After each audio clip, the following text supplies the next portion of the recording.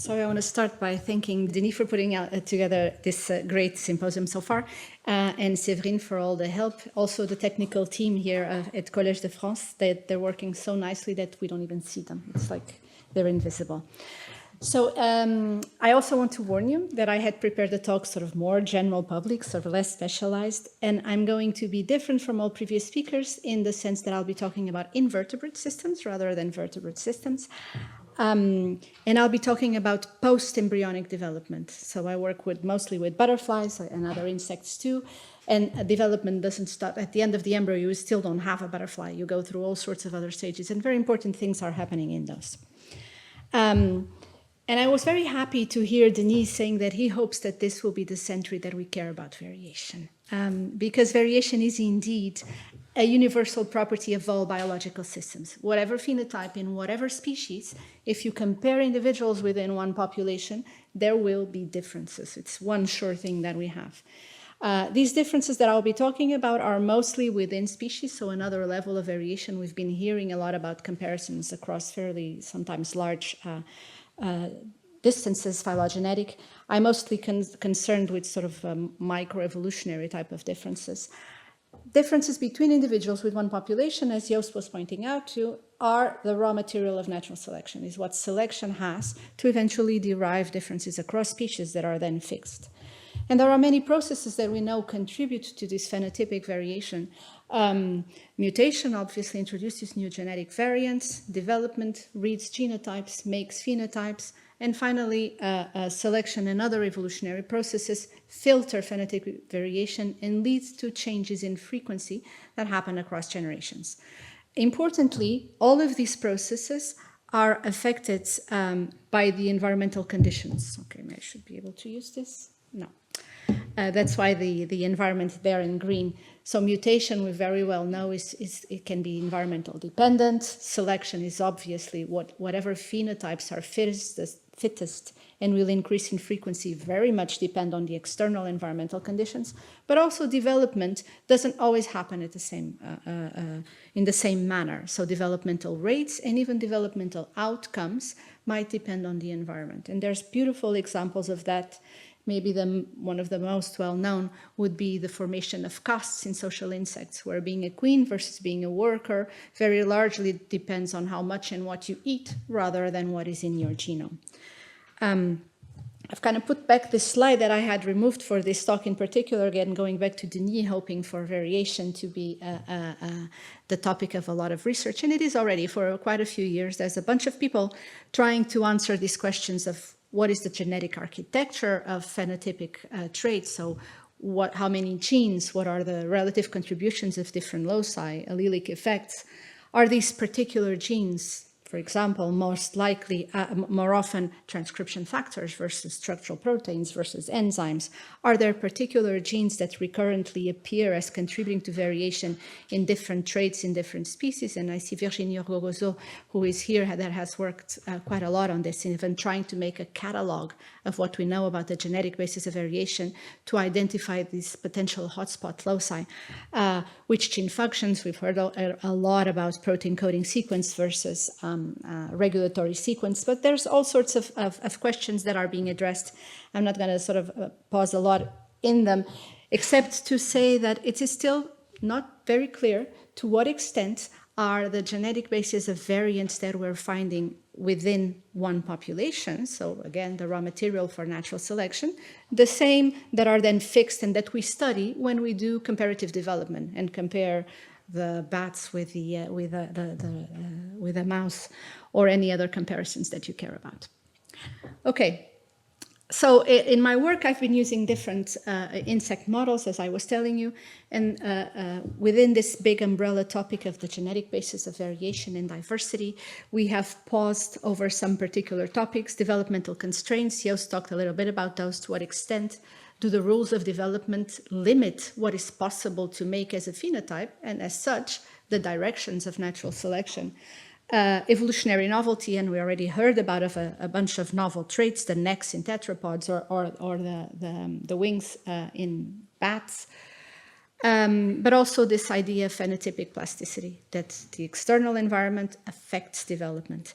And today, a lot of my work has then been focusing on eye spots, which are these particular pattern elements that occur on the wings of butterflies that are composed of concentric rings of different colors. And they're evolutionarily diversified. There's lots of differences across and within species, between males and females, between populations. They're ecologically relevant. We know that they matter, for example, to avoid predators, to get mates, so they're under sexual and natural selection, and to some extent they're developmentally tractable. So these organisms, we can keep them in large populations in the lab. We can do the sort of very classical developmental biology experiments of moving bits of tissue around on the wing to study how do cells know where they are on the wing and as such know what color to become. And they're becoming also more tractable from the genomics and genetic point of view. They're models for all these three topics that I told you about, and in particular, I work with a species that occurs naturally in sub-Saharan Africa called Biciclus aninana. And then, unlike many other butterfly species, it doesn't really mind being around humans in the sense that they will mate, they will produce lots of eggs, they will produce pupa that we can just pile up in a petri dish that come out with and produce butterflies, so they don't need the individual attention that other species of butterflies require. So today I had indeed originally planned only to talk about plasticity, but then I decided that I'm going to do this triad that I touch both upon the idea of novelty, how do new traits come about, but also plasticity, and all going via immunity and the three-way interaction between temperature, pigmentation development, and immune function. And I'm hoping to make it through all these 3 points, but we'll see. Denis is going to signal if I go over time, right? I remember that. Okay, so I was telling you that I'm mostly looking at post-embryonic development. So once, I really should be able to make this work. No. So in the larvae, in the caterpillars, I'm sure many of you know this, all of you know this, there are already wings. So the caterpillars have wings, they're inside developing as imaginal discs. And it is in the larval wing, this is obviously an adult, but these are just stainings of very well-known proteins in larval wings. There's already the setup of the future color pattern, okay? There's a bunch of genes that are expressed that are defining what will become the center of each eye spot. And in pupa, then these centers act as organizers. They produce a molecule that diffuses away from all sides and produces this concentration gradient of a morphogen, of a substance, that indicates to the cells on the wing epidermis how far they are from the producing center, and as such, what color they should become later on. Okay, so this happens in early pupa, and soon after you have already the expression of rings of different transcription factors, all of these fairly well-known genes that are already determining what will be the future color that is only produced much later on towards the end of pupal development before the adult comes out. So even though these eye spots are considered a novelty in infallid butterflies, the fact that we see many of the genes that have been identified that are involved in eye spot development are genes that we all know. So they're not novel genes, and we've already heard about this. The recycling, you can, with the same genes, the way you use them, produce traits that are unique to particular lineages. So much so that these eye spots have been called a lot of things before, because they share sort of the logic of the circular rings of expression of different developmental genes. They were originally called by the Labash and Carroll something like flat legs. This would be rings of expression in the developing leg of Drosophila. Or they share genes, this is in Grail, that are common with the embryo, and in particular with segment polarity establishment during embryonic development in insects. And I'm going to be pausing here. The fact that that there's commonalities between the way butterflies make eye spots, rings of color, and the way organisms just heal wounds, epidermal wounds. So this is kind of the same scheme, but now turned horizontally. So you have the pupa here, the adult here, and I've already told you about this series of steps that have to occur to produce the pigmentation patterns. What we also know is when you with a very fine tungsten needle, you make a hole on a developing pupil wing early on during development, and this window illustrated here by the black. So you kind of can see through the cuticle where are the different locations of the eye spots and the veins in the wing, so you can choose where to wound. And you leave this pupa be after you've pierced it. When you come back and you get an adult, you'll see that the hole has closed. So you had made a hole, there's no longer a hole. And around this location where you had wounded the tissue, there's the production of concentric rings of color that very much resemble the native eye spots, okay? This illustrates that potentially the mechanisms that they are using to put the eye spots on the right place were mechanisms that are shared and fairly well studied across different organisms that are also implicated in wound response, how a tissue deals with wounds. I guess it's no surprise that wound response is fairly well studied, and both across vertebrates and invertebrates, and some people have found both parallels in terms of the genes that are involved in response to wounds in the different groups, but also some uniqueness. In any case, what needs to happen when I wound a tissue, an epidermal tissue, is that I need to close the hole, okay, because to restore tissue integrity. And typically also you have an activation of the immune system. Because what does a hole mean? It means that the likelihood of infection is greater, given that the integument is sort of the first great barrier of defense. So we asked the question of to what extent, and in insects, mostly through the roles of melanin. There's many commonalities between pigmentation and immunity, melanin being implicated in both. So we asked the questions, to what extent does the activation of the immune response that follows a wound play any role in the development of these pigmentation patterns that are ectopic around wound sites? And this was the PhD work of Adelina. So this brings me to this first point. And one of the things that Adelina did, she looked at the expression of a bunch of genes that have been implicated in immunity, in particular by either finding and killing pathogens or AMPs, antimicrobial peptides. And what she did is she saw that indeed the expression of these genes was upregulated by the wound. And in the in situs, you can see that, in fact, they're upregulated specifically around the wound site in these circular patterns. So it was clear that there was an activation of the immune system, we kind of knew, but then this justified the hypothesis that maybe the immunity plays a role in making these pigmentation patterns. If it does, the prediction is that if we have different levels of activation of the immune system, we will have differences in the ectopic pigmentation pattern formation. So originally, to test this idea, we thought, okay, let's just do wings that are in a completely sterilized environment with sterilized needles and sterilized everything versus wounds that are just made with the needle that I don't sterilize. But turns out that even sterile wounds will lead to an activation of the immune system. So we needed to find another way of having different levels of activation of the immune system.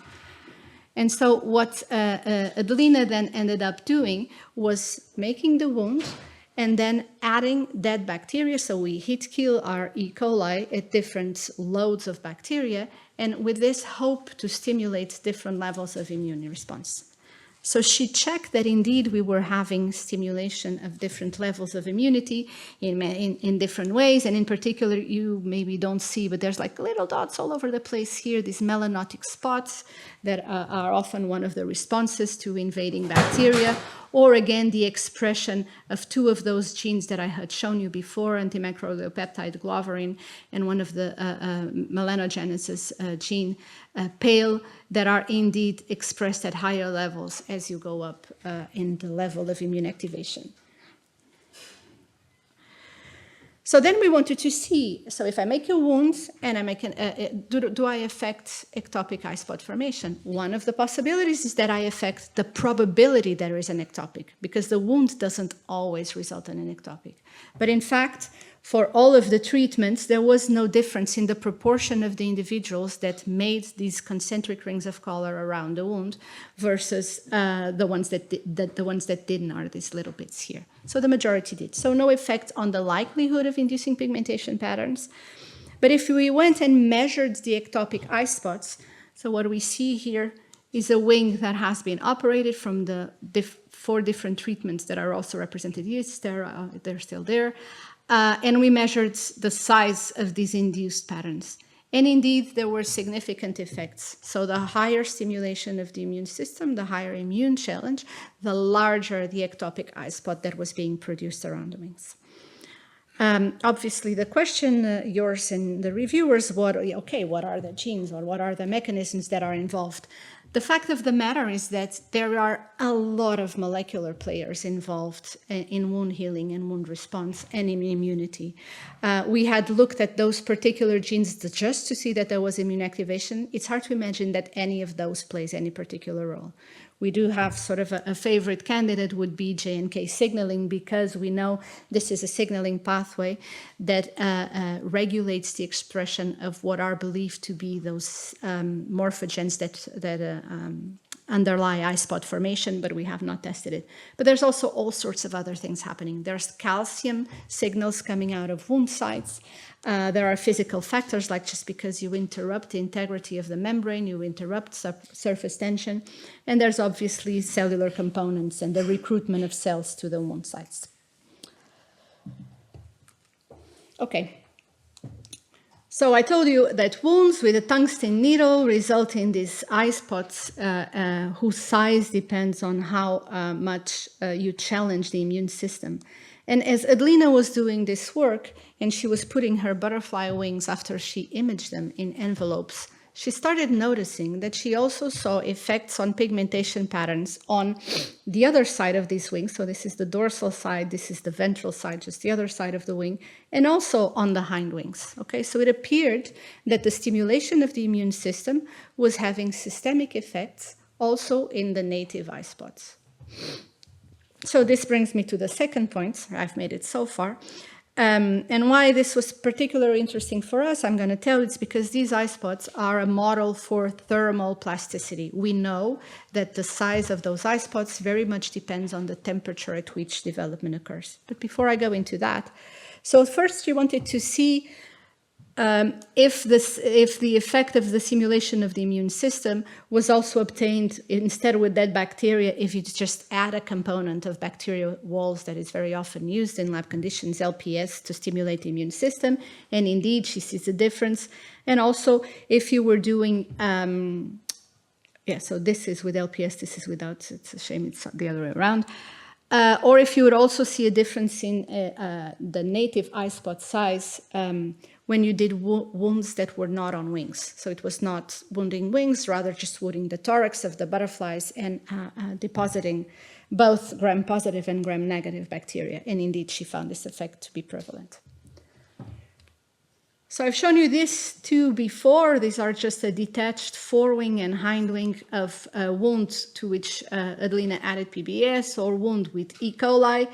And remember, the wounds are made in pupil wings very early on during pupil wing development. And this is what we typically know from the developmental plasticity studies in the lab, that the temperature at which these organisms develop matters for pigmentation patterns, okay? So if you have development at higher temperatures versus lower temperatures in the lab 19, you have very distinct pigmentation pattern, very distinct pigmentation patterns, and certainly the size of the eye spots. And why we care about this, it's because of what is known about the ecology of the species. Okay, so these butterflies live in environments that are very seasonal. There's a wet season and a dry season. And if you would go into the field and collect butterflies from the dry season versus from the wet season, one of the things they differ in phenotypically is the pigmentation patterns. And this is presumably because the butterflies from one and the other season rely on different strategies to avoid predation. During the dry season, the butterflies are brown, as is everything else around them. And they rely on crypsis for not being perceived by predators. So their strategy for not being eaten is to be camouflaged against the background of dry leaves. On the other hand, on the wet season, the butterflies that you find flying in those same populations have clear eye spots, these markings along the margin of the wings. And these work to get the predator's attention towards the wing margin and away from the body. A butterfly can perfectly finely fly and make babies, make new butterflies, if it misses a bit of the margin of the wing, but it would die if it was attacked in the body. We know from studies in the lab that we can produce one versus the other season by changing the temperature at which they develop it. This makes sense in relation to what happens in natural populations, because there's a drop in temperature preceding the arrival of the dry season and an increase in temperature preceding the arrival of the wet season butterflies. So temperature works as a predictor of what will be the vegetation coverage that these butterflies will be exposed to, and as such determines differences in pigmentation pattern that relate to how you avoid predation. How do the tissues inside of the butterfly know that they're in one or the other temperature? Like many cases of developmental plasticity in insects, this is mediated by changes in hormone dynamics. So we know if you compare in terms of the percentage of time, a total time that it lasts as pupa, the concentration of the active form of ecdysone, it's called 20E. There's an earlier peak if the butterflies are grown at the warm temperature and make the wet season versus the ones that grow at the cooler temperature and make the dry season. This is fine. This is established as a correlation. How do we go for causality? Is because you can have butterflies from the cool temperature, so that it would be following here the blue line, and you artificially bump up the level of ecdysone by injecting the active form of ecdysone, and you do see that the eye spots become larger. Okay, so these the difference in pigmentation that is due to temperature is mediated by temperature effects on hormone levels. So I go back to my butterflies that are changing in pigmentation pattern because there is a stimulation of the immune system, and it seems fair to hypothesize that maybe this effect too is mediated by differences in ecdysone, in differences in the levels of hormone in pupa. So to be able to establish that, I'd first have to check if immune challenge changes hormone titers inside of the pupa. And secondly, do the same type of experiment as before, where I try to manipulate to rescue the effects. So for the first part, what Adelina did was compare not only the butterflies from cool and warm temperature that we know how they behave and what to expect, but also butterflies with where she had wounded and added PBS, so low activation of the immune system, versus she had wounded and added either E. coli or another bacteria that I now don't remember which one it was. Okay, so what you see here is if you follow the levels, the concentration of this hormone, again as a proportion of total duration of pupil development, indeed the light gray, so just wound with little activation of the immune system, pretty much follows the red line, whilst the two darker grays follow the blue line. Yeah, so check, indeed, immune activation leads to changes in the levels of circulating ecdysone hormone. Does manipulating the hormone rescue the phenotype? It seemed like a no-brainer, but no. So what we have here is three treatments. All of them were wounded. The gray one doesn't have E. coli added, so just straight PPS. These two were immune stimulated, and again we see from here to here a decrease in eye spot size, pretty much like we had seen before. But then when we try to rescue this effect by adding hormone and bumping these guys up there, we don't see an effect. There are several problems with this experiment, and this is why we're still working on it and it's still in prep. One of them is we might have injected too early, so we injected it around here where the differences between the blue and the two dark grays are not that great. Oh, sorry, with the grays and the red are not that great.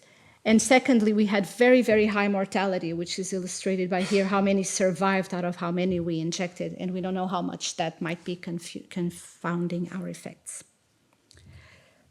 Okay, so finally, I come to now talking about something that has little to do with morphology or the types of traits you typically study in a developmental biology lab. But all adult traits are the product of development.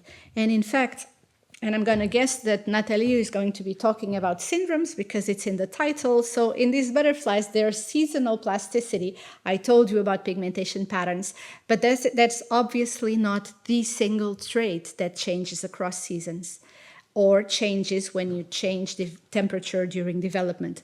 So I told you about the wing patterns and the distinct strategies to avoid predation, but they also vary in a series of life history traits that presumably relate to alternative seasonal strategies for the pace of life.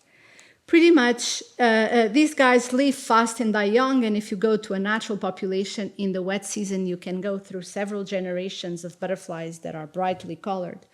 Whilst these guys, typically there's one single generation in the dry season. In fact, if you think about it, there will be little point in laying eggs at the beginning of the dry season and go through another generation because there are no plants to feed the eggs, okay? So their strategy is to invest in survival. These guys need to survive until there starts to be plants around again so that their progeny has a fair chance at surviving. So there's a series of traits here that relate to this.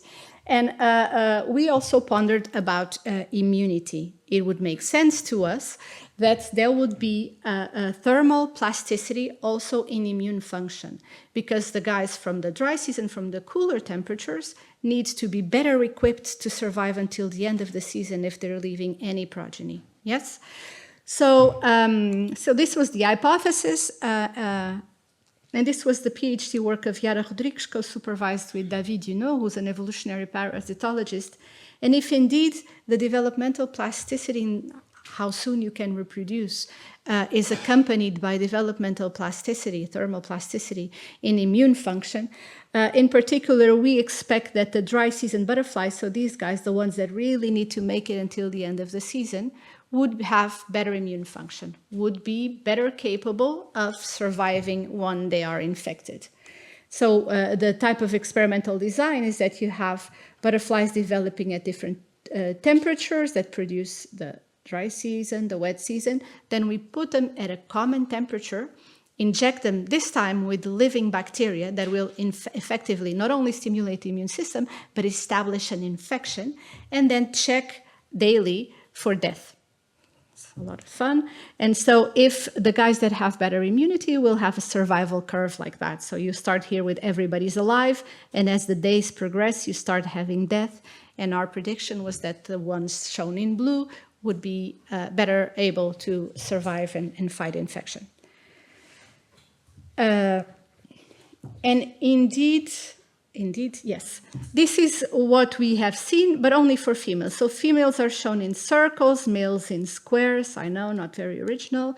And then the cool temperature in blue and the warmer temperature in red. So as we had predicted, the females from the cooler developmental temperature, so the ones from the dry season and natural populations, take longer to die relative to the ones from the wet season populations.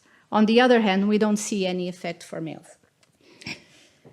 This is not surprising if we then go back to think about when do they mate in their season. And it was not very clear until, in fact, after we had done this experiment, another lab was trying to figure out by dissecting butterflies from museum collections to try to figure out if they mate early on and the females save the sperm in their spermatheca and only fertilize and lay the eggs at the end of the season. And that seems to be the case.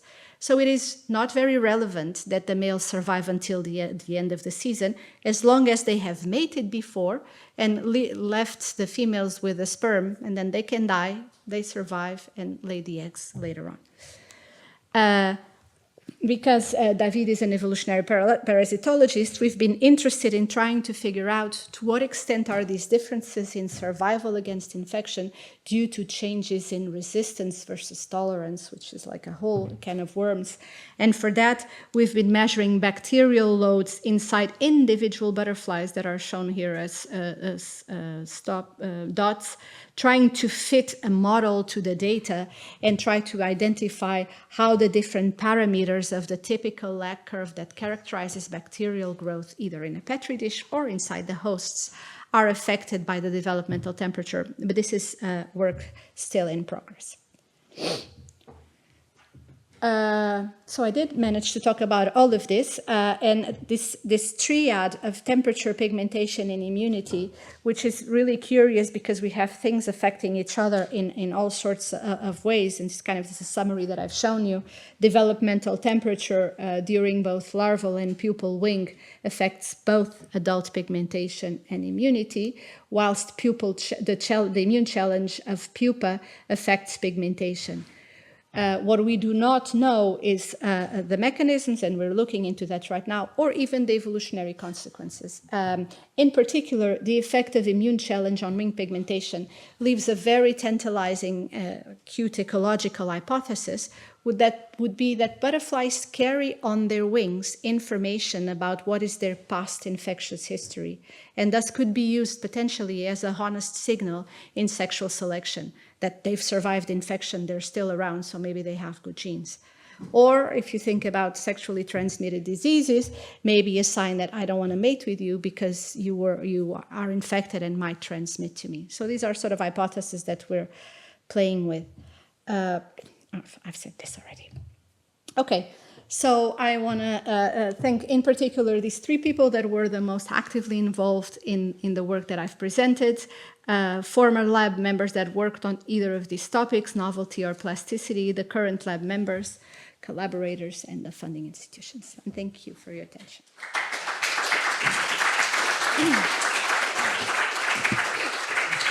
Thank you, Patrícia.